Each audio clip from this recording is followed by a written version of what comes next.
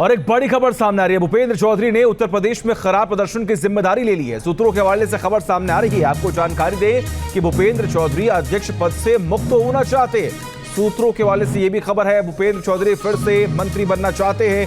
JP Nadda के साथ मुलाकात में अपनी मंशा की जाहिर की थी उन्होंने।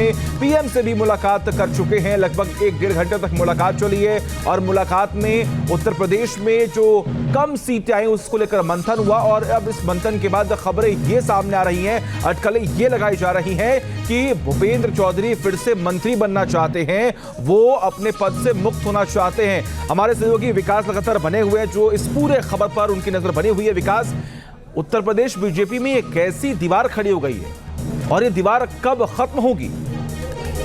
देखिए, जिस तरीके की हड़बड़ी दिखाई दे रही है उत्तर प्रदेश बीजेपी में, चाहे वो लखनऊ हो, दिल्ली हो, कई दिनों से बैठकों का दौर जारी है और दिल्ली में भी कई नेता डेरा जमाए बैठे हैं। भूपेंद्र चौधरी दिल्ली में हैं, केशव प्रसाद मौर्य तो दिल्ली में ही रह रहे हैं। वो साफ ठान कर मुझे लगता है कि बैठे हुए हैं कि जब तक उनके लिए अनुकूल परिस्थिति पैदा नहीं हो जाएगी वो लखनऊ जाएंगे ही नहीं, क्योंकि जब से लोकसभा चुनाव का परिणाम आया तब से जो 3 दिन ही लखनऊ में रहे, उसके बाकी दिन वो दिल्ली में ही डेरा जमाए बैठे हुए हैं।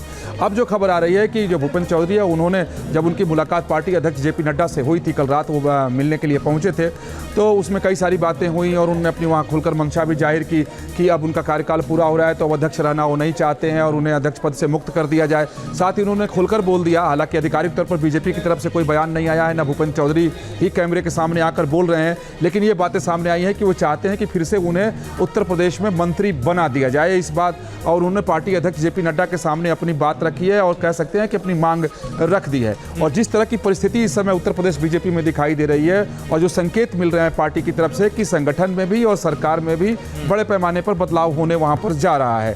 पहले हालांकि ये बात कही जा रही थी कि सरकार में बदलाव होगा, लेकिन अब उसकी जगह पर बीजेपी के नेता अलग शब्द का प्रयोग कर रहे हैं कि योगी मंत्रिमंडल का विस्तार होगा।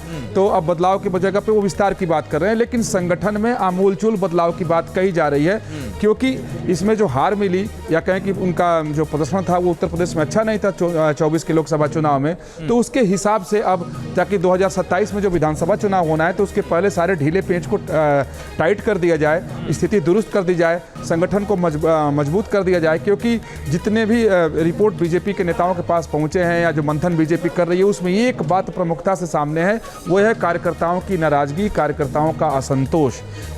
तो अब बीजेपी नहीं चाहती है कि इस तरह की बात आए कि कार्यकर्ता असंतुष्ट हैं और वो नाराज हैं और उनकी बात सुनी नहीं जाती है और कोई नेता उनको अपने यहाँ फटकने तक नहीं देता है। और बहुत हद तक ये आरोप जो है वो गलत भी नहीं है, क्योंकि खुद हम लोग भी देखते हैं कि बीजेपी के कार्यकर्ता बहुत नाराज हैं और संतुष्ट हैं। तो उसे संगठन होना है।